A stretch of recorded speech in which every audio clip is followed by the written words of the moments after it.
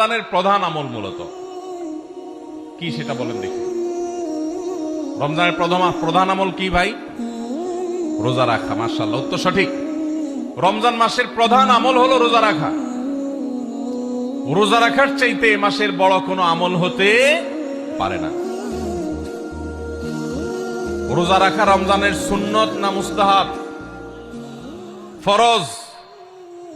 ফরজ মানে হলো আল্লাহর সেই নির্দেশ, যেই নির্দেশ লঙ্ঘন করলে জাহান্নামের শাস্তি অবধারিত, জাহান্নামের শাস্তি এড়ানো যাবে না, যে নির্দেশ মান্য করা আবশ্যক, এরকম একটি ফরজ। ইসলামের স্তম্ভ কয়টা ভাই?